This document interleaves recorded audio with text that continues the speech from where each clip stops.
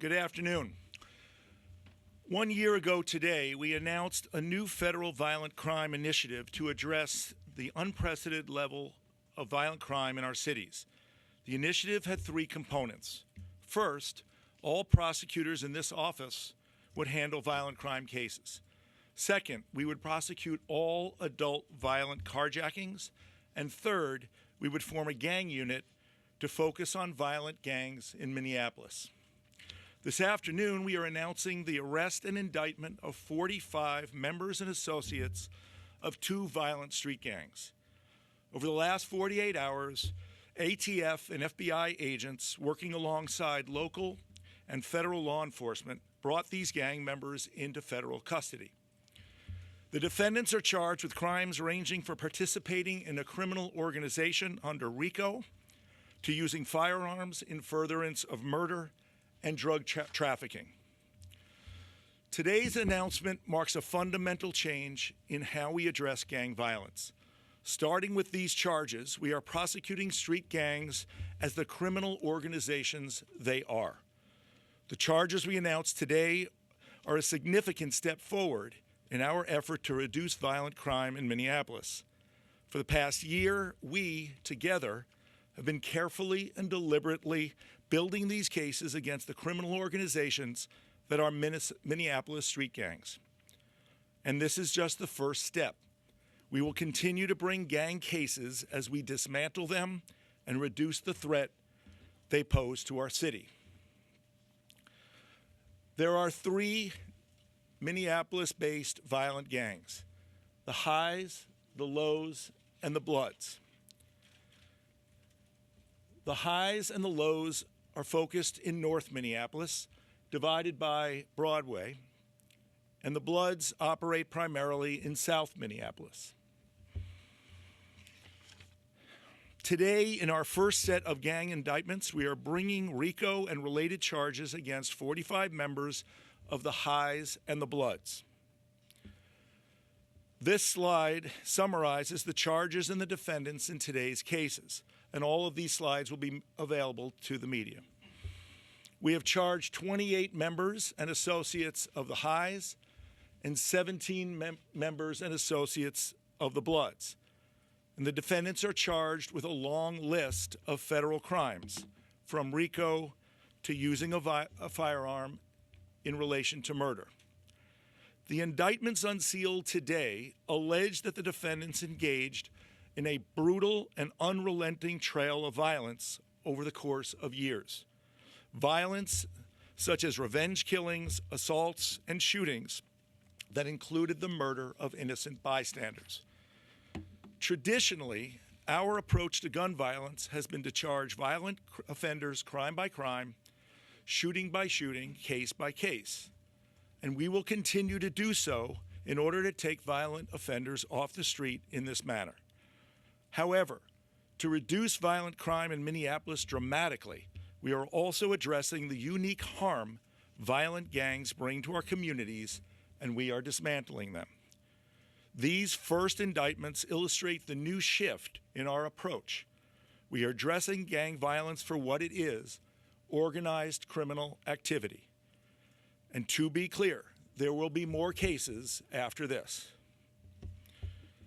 The indictments allege how long each gang existed and how they operated. Starting with the Highs, they have been in existence since approximately 2008. They operate primarily on the north side of Minneapolis. The Highs is a criminal organization engaged in murder, assault, robbery, drug dealing, and firearms trafficking. There are numerous subsets of the gangs, but they're all members of the Highs. New members of the gang must, quote unquote, put in work, which generally means shoot people. Leaders are called shot callers. They congregate at businesses on the north side, and they use common phrases and hand signs. The Bloods have been in existence for decades in Minneapolis. They work primarily on the south side of the city. They, too, are a criminal organization engaged in murder, assault, robbery, drug dealing, and firearms trafficking. There are two major subsets of the Bloods: the Rolling 30s Bloods and the Outlaw Bloods. They have leaders, senior leaders, and street-level leaders. New recruits are called YGs or YGBs. At the higher level, you're called an OG, and the highest level is a double OG. YGs, new recruits, must fight, shoot, or make money for the gang, typically through drug sales. And they too display indicia of membership and hand signs. To prosecute the members of the gang as part of a criminal organization, we are using the Racketeering, Influenced, and Corrupt Organization Act, known as RICO. The aggregate nature of a RICO prosecution has a deeper and more lasting impact and stronger deterrence. RICO was enacted in 1970, and it was originally used to address traditional organized crime. Today, it is most often to use violent, modern-day street gangs. Let me explain briefly how RICO works. First, we established that the gang, here, the Highs and the Bloods, are a criminal enterprise, and that members participate in that enterprise through a pattern of racketeering activity. Racketeering activity can be anything from state crimes, such as assaults, robberies, and murders, to federal violent crimes. Once we establish that the gang fits this description, all members of the gang can be prosecuted together, and all of their crimes, referred to as racketeering acts, are admissible at trial. Rather than trying one crime at a time, all violent crimes that fit the RICO statute are tried together, as are all gang members who committed any of those crimes. This is a powerful and effective tool for dismantling criminal organizations, and it carries its own set of penalties, including life in prison for gang members who commit murder. To highlight the effectiveness of RICO, here is a list of all shootings and murders included in the Highs and Bloods indictments.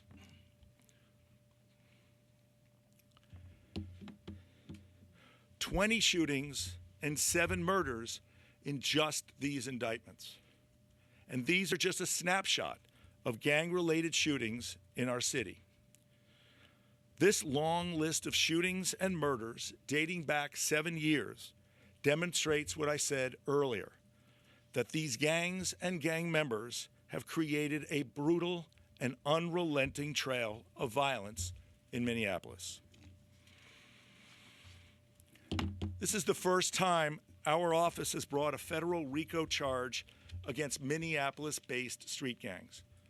To assist us in conducting these investigations, we reached out last year to the Organized Crime and Gang section of the Department of Justice. They are national experts in RICO and related laws, and they have been our unyielding partners throughout. And I'm proud that Assistant Attorney General Kenneth Polite has joined us today in support of our work. Thank you so much, U.S. Attorney Lugar. The Department of Justice has no greater responsibility and no greater priority than keeping our American people safe. But as you just heard, this city has faced an unprecedented spike in violent crime in recent years. Gangs have held this community hostage, terrorizing local residents, running their operations from local businesses, engaging in blood feuds with rival groups, all tearing at the very fabric of our society. These gangs, including the Highs and the Bloods, pose a greater danger to society than those who commit isolated incidents. These groups often have a hierarchy.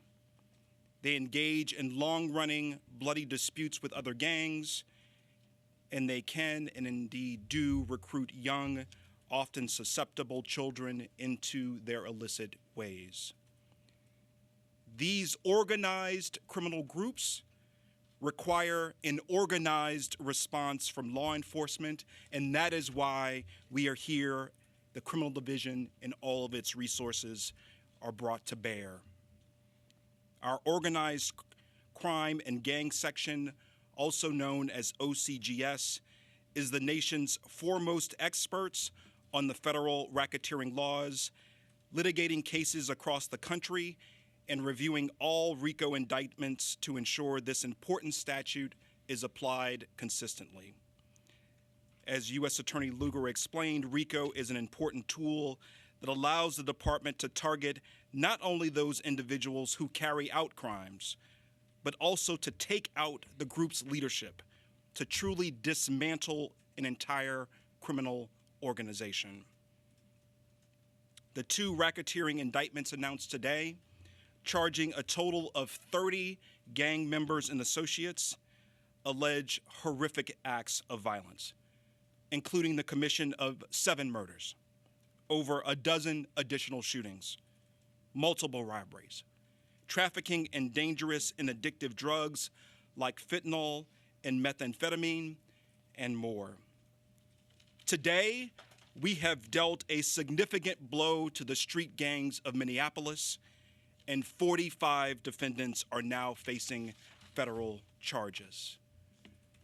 I am immensely proud of the work of our OCGS trial attorneys, Brian Lynch and Ben Tonkin, who worked tirelessly to help secure these indictments.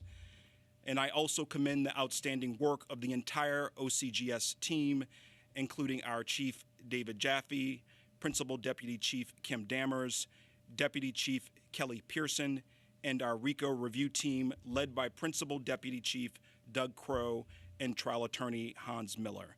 This team also worked seamlessly alongside our partners here in this U.S. Attorney's Office. Indeed, this case is a textbook example of what we can accomplish when all of our components of the Department of Justice work together, shoulder to shoulder with our local partners and with other agencies. This case is also just the latest instance of how, through strategic partnerships, our criminal division is combating violent crime across this nation.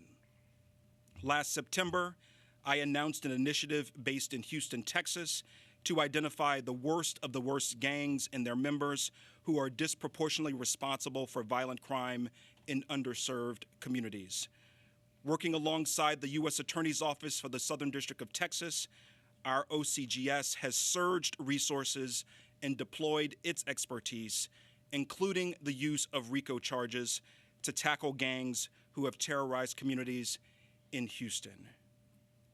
But make no mistake, we cannot combat violent crime through prosecution or incarceration alone. Enforcement is a tool, it is an important one, but it is not our only tool. As this city knows all too well, we must engage with the community to understand its plight and to build necessary trust, that we are here to help solve community problems, not to cause them. I am confident that through our continuing work, we can help build safer, stronger communities for us all. I'll now turn it back to our U.S. Attorney.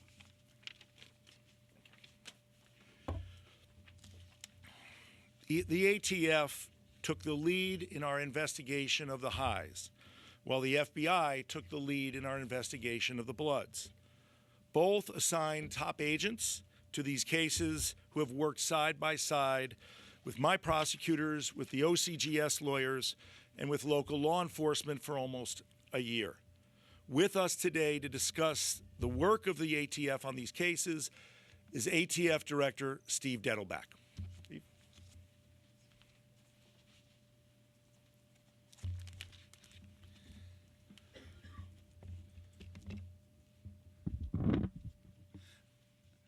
Thank you, U.S. Attorney Lugar and Assistant Attorney General Polite. I have served alongside of these outstanding prosecutors for many years, and on behalf of all of ATF, I want to thank them Indeed, on behalf of all law enforcement, I want to thank them. They are both independently from each other national leaders, not just leaders here in the fight against violent crime. But together, from the perspective of ATF and our law enforcement partners, you put them and their offices together, bringing this kind of significant case. What you're looking at is a kind of prosecutorial dream team. I should say they are a dream team to the overwhelming number of law-abiding, peaceful people in Minneapolis. But for the trigger pullers, the drug dealers, and violent gang members, this partnership that you're seeing here today, state, local, federal law enforcement officer, ATF, FBI, Minneapolis Police, Sheriff's Department, everybody here, and these prosecutors, this team is a nightmare. The two gang indictments that were unsealed today represent a powerful 1-2 punch against violent crime in Minneapolis. Using the RICO statute, the indictments, including the Hayes indictment, sets out in plain terms a list of allegations that tell a scary story about gang violence in Minneapolis. Shooting after shooting, murders, drive-bys, retaliatory killings, innocent folks caught in a crossfire. The indictment lays it all out. Fentanyl, meth, other drugs, crack, as well as trafficking in firearms throughout the community. And by using the RICO law to lay out these allegations, everyone can now see that these are not isolated, separated incidents. They're part of a broader, ongoing enterprise. But before the indictments connected all these gang-related incidents, of course, the hardworking investigators had to do that. This was done using traditional investigations, but also what is called crime gun intelligence. For instance, using our e-trace ability for crime guns, using the NIBIN ballistics network, ATF can use those tools to link together different shooting incidents and identify the actual trigger pullers, the people terrorizing our community, better than ever before. We're able to work together with our partners to investigate numerous incidents and see if they're actually connected to each other. And when they are, we can focus our efforts not just on entire communities, but on those few people who are the most violent, who are actually terrorizing those communities. Because when there is severe gun violence, the broader community is actually victimized. Make no mistake, when rival gangs declare war on each other in the streets of a city, it is the innocent bystanders, it is their neighbors, the peace-loving people of Minneapolis who suffer the greatest consequences. And it is law enforcement, including the brave men and women of ATF and our partners, that must then run toward that gunfire and try to help. That's what happened here. What you see here today is a result of three basic things. First, investigators at ATF and all of these agencies using advanced investigative techniques to connect these horrible shootings and identify the most violent individuals. Second, an incredible team of prosecutors taking that investigation and using the powerful RICO law and the other legal tools they have to combat this type of gang violence, to lay out all the allegations together. And third, partnership. And the partnerships you see here in this picture, right in front of you, are the most important weapon we have to fight violent crime. I want to thank you, Chief O'Hara. I want to thank you, Sheriff Whip, and the men and women who work at the Minneapolis Police Department, at the Hennepin County Sheriff's Department, and also all the other partners, the DEA, IRS, FBI, Postal Inspection Service, Marshal Service, Hennepin County Attorney, Bureau of Criminal Apprehension, Minnesota Department of Corrections, and more. This doesn't happen without the team, and it is a great team. I want to end with two basic messages. First, a message to the good, peaceful, law-abiding people of Minneapolis. We are not done. ATF and everybody here is going to continue to stand with you and make sure that we protect and respect your rights to live in peace without having to dodge through a hail of gunfire. And next, a message to the gang members and others out there who may be committing or even thinking of committing these types of violent acts alleged in the indictments. Don't do it. The indictment today talks about shot callers, people who are bosses, they think, telling other people what violent acts to do. The indictments talk about doing the work, which means engaging in acts of violence and firearms and drug trafficking. But what you see here today tells a different story than the indictment. What you see here today is that it is actually the law-abiding people of Minneapolis who have called this shot. And it is the law enforcement community who has done the work to bring these people to justice. I will now turn the podium over to U.S. Attorney Lugar.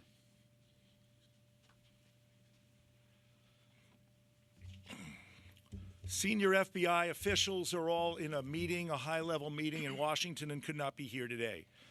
But they have supported these cases from day one and will continue to dedicate the resources we need to bring more gang and RICO cases. One of our partners from the beginning has been the Hennepin County Sheriff's Office, and it's my pleasure to introduce Hennepin County Sheriff Dewana Witt.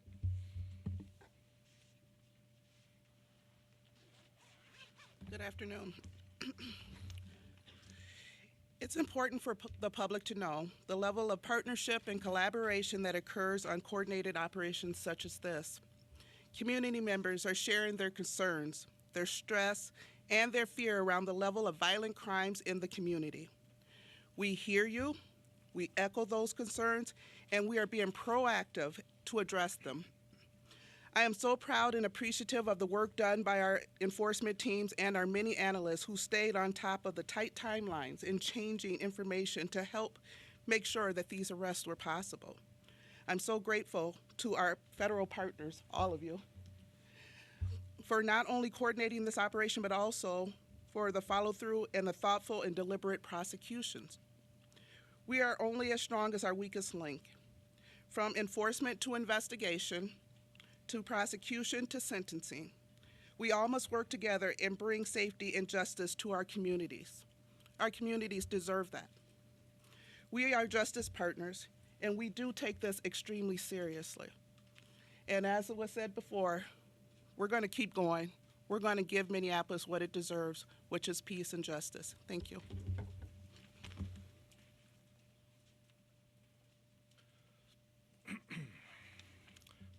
Finally, dedicated officers and investigators of the Minneapolis Police Department have been essential to this investigation. Again, working side by side with my prosecutors, the OCGS lawyers, and federal agents. From the moment he arrived in our town, Police Chief Brian O'Hara not only supported but helped drive these investigations. Chief O'Hara dealt with violent gangs in his previous job in Newark and had an uncanny ability to see what needed to be done here. He is our strong partner, and we are so fortunate to have him in our city. Chief?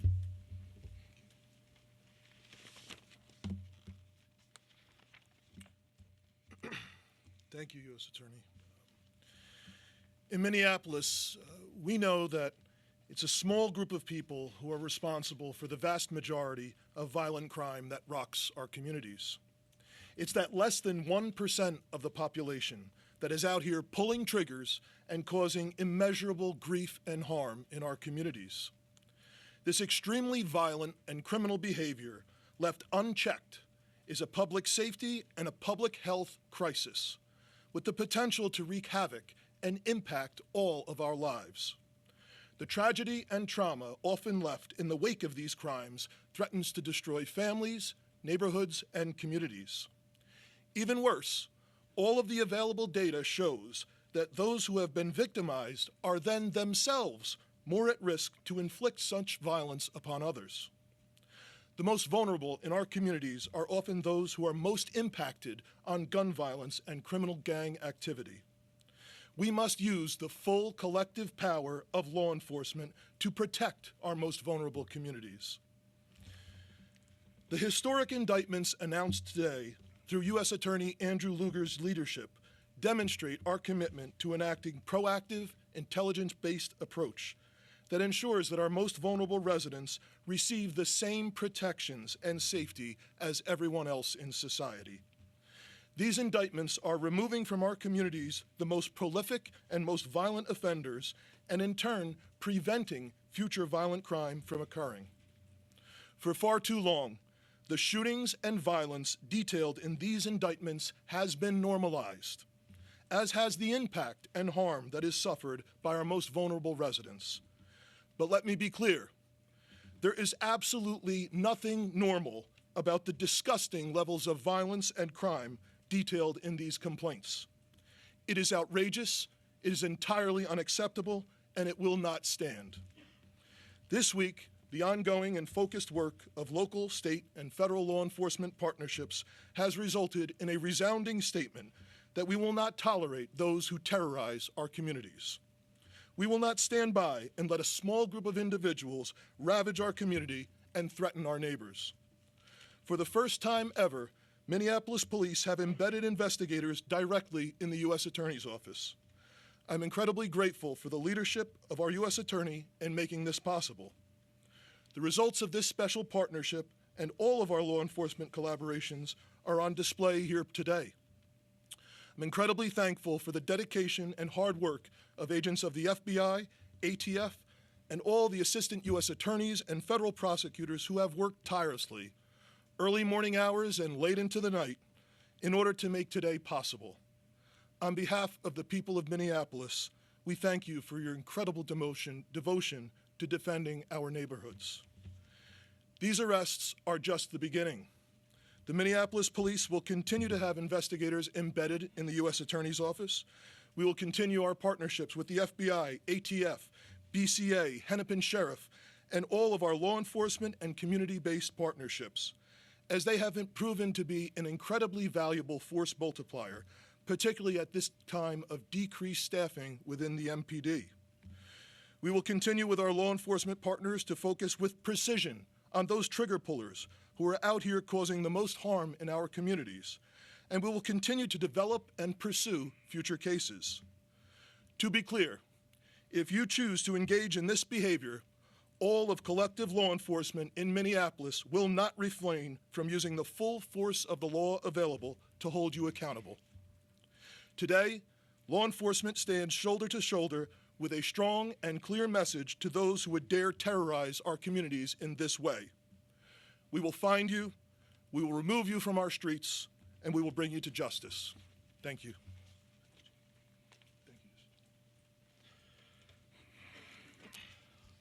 I want to thank the DEA, the BCA, the Marshal Service, the IRS, Postal Inspection Service, and the Department of Corrections for their work on these investigations and for the safe arrests of these suspects and defendants.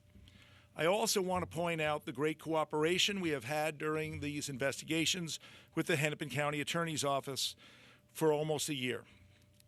4 of my prosecutors, and as you heard, 2 prosecutors from the organized crime and gang section of the Department of Justice, worked night and day to bring these charges. From my office, they are Assistant U.S. Attorneys Sam Bates, Justin Wesley, Joe Tayrab, and Esther Mignonelli. And from OCGS, Brian Lynch and Ben Tonkin. I could not be more proud of them and the work that they have accomplished and will continue to accomplish going forward. I want to highlight something that AAG Polite said.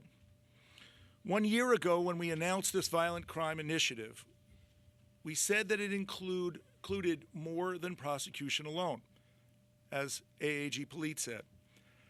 We in Minneapolis are working with national experts on a data-driven strategy called Group Violence Intervention, or GVI. Group violence, including gang violence, is a leading cause of violent crime here and nationally. GVI is a strategy to disrupt the group, here the Bloods and the Highs, through a multidisciplinary approach. Our gang cases are integral to the GVI strategy that also includes street-level intervention, community engagement, and regular meetings with gang members. As part of GVI, we are working to dissuade gang members from pursuing this lifestyle by spreading the word of all of our cases, including the cases announced today. I expect that at our next gang meeting, the main topic of conversation will be today's charges. Finally, prior to 2020, the level of violence we are experiencing in Minneapolis would have been unthinkable. Our violent crime initiative is designed to reduce violent crime dramatically to more traditional, lower levels. While other cities face chronic, high violent crime rates year after year, that is not who we are. No one should accept the violence these gangs inflict as the new normal in Minneapolis. We have an opportunity to get our city back, and all of us up here today are committed to doing our part to making that happen. I'll take some questions. I'll start with Matt Sepik. Okay. Because you were going to get it anyway, Matt. You got it. So what do you think is, or what are you hearing when you talk to gang members about what's at the heart of these disputes that lead to this violence? A lot of it's personal, traditional, and quite frankly, social media based. Reg can tell you about it. He knows all about this. We've been talking to gang members, and they're afraid of federal charges. They're afraid of RICO charges. They specifically talk about RICO. But unchecked, they engage in this unrelenting violence. Reg? Seems like there's a war in the highs and the lows. People on the north side are engaged in this. Is this signaling a stop to this war? Are you guys helping stop all the violence that's going on? Our goal is to dismantle the gangs and to make it far more expensive for anybody, figuratively, for anybody to join a gang going forward. Lou? Is it right that there's no charges yet against the Lowe's, and if so, Right. why? That's coming next. Steve? Could you describe the scope of weapons or drug seized? Yeah, we're still counting the drugs and the weapons seized. We'll have more of that down the line. Yes. I think, us in the Union have heard for years that our gangs were actually not very organized, and they were loosely tied together and were like cliques and no geographical. What has changed to allow RICO to work? Are they more organized now? Yeah, the pandemic and the follow-on to the violence after George Floyd's murder certainly brought people together in a more organized fashion and more members into the gangs. Are these gangs at all tied to gangs in other states or other No. locations? No. So we operate. These are Minneapolis Bay Street gangs, yeah. So if you're looking at a potential... So Matt gets a second question. Steve, before Matt goes, do you have a question? Yeah. Of these 45 suspects, how many are in custody? How many might have been arrested recently? How many were already in custody for something else? So all but 3 are in custody. All but 2, sorry. As I spoke, 1 more got into custody. All but 2 are in custody. A number were in federal or state custody before. But over the last few days, well over a dozen, close to 2 dozen arrests were made by ATF and FBI, assisted by MPD and the sheriff and others. Yes. Can you give us a sense of scale? How many gang members are in your database? And talk a little bit about the demographics. Are we talking about young people, primarily what age are people typically initiated? Is it, largely speaking, African-American gangs? Are there Latino gangs? Can you talk a little bit about that dimension? So people arrested here span a number of different demographics. Recruitment starts as early as age 12.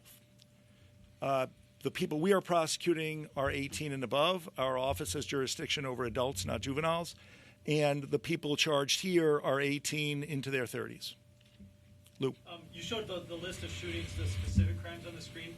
Since we haven't had a chance to cross-reference the dates yet, could you give us an idea if any of them are, ones that have been in the public realm? So there was like a Stonard shooting last summer, the Anaya Allen case comes to mind. Anything like that involved in this? Yeah, that'll become obvious when you have a chance to take a look through the shootings and the dates and the locations. I'm not going to go through them all right now, but yes, they'll be recognizable. What about, Now back to you, Matt. What about juveniles? Are you looking at that? Is that kind of a county? Yeah, Federal system doesn't charge juveniles. We have very limited availability to charge juveniles. That's done at the county level. Yes. I missed it. Did you say the number of gang members in the database? No, I avoided that question. So, good. I'm not at liberty to discuss the number of people that could face charges going forward. What can people in these communities that are impacted by these gangs do to help you in your job? So we've had great meetings with people in communities. We've got cooperation from people in communities. They work closely with the gang interveners on the streets. These are street level, typically former gang members who work closely with the community to stop gang violence. And most importantly, these meetings that we have had for the past year with gang members are very effective because it spreads the word. So encouraging people you know who may be in the state system on state charges to come to these meetings when they're invited is helpful. Thanks, Reg. Without saying the number of total gang members, can you give us a better idea of how big of a slice or a swath of the gangs are wrapped into these charges? Yeah, this Like, are they high level or low level? both high level and low level, but we have a long way to go, Lou. We have a lot more charges to bring. Are these shot One or callers, two the more. OGs, are Sorry. they the ones being arrested? It's a Or are they still out there? it's a mixture. Maybe one more. What, It's okay if I end with Sepik? Okay. What criteria do you look for in terms of getting RICO to stick? What criteria does a gang member, potential gang member, have to fit in order for that statute to apply? So they have to have committed racketeering acts on behalf of or to further the gang's enterprise. And so that's basically what we look for, but to bring them into a charge like this, we focus on the worst of the worst, the most violent, the drug dealers, the ones who are furthering the gang. So if you're a drug dealer but not a shooter necessarily, but you're earning money for the gang that allows it to buy more firearms, you are as culpable as the people pulling the trigger. Thank you, everybody.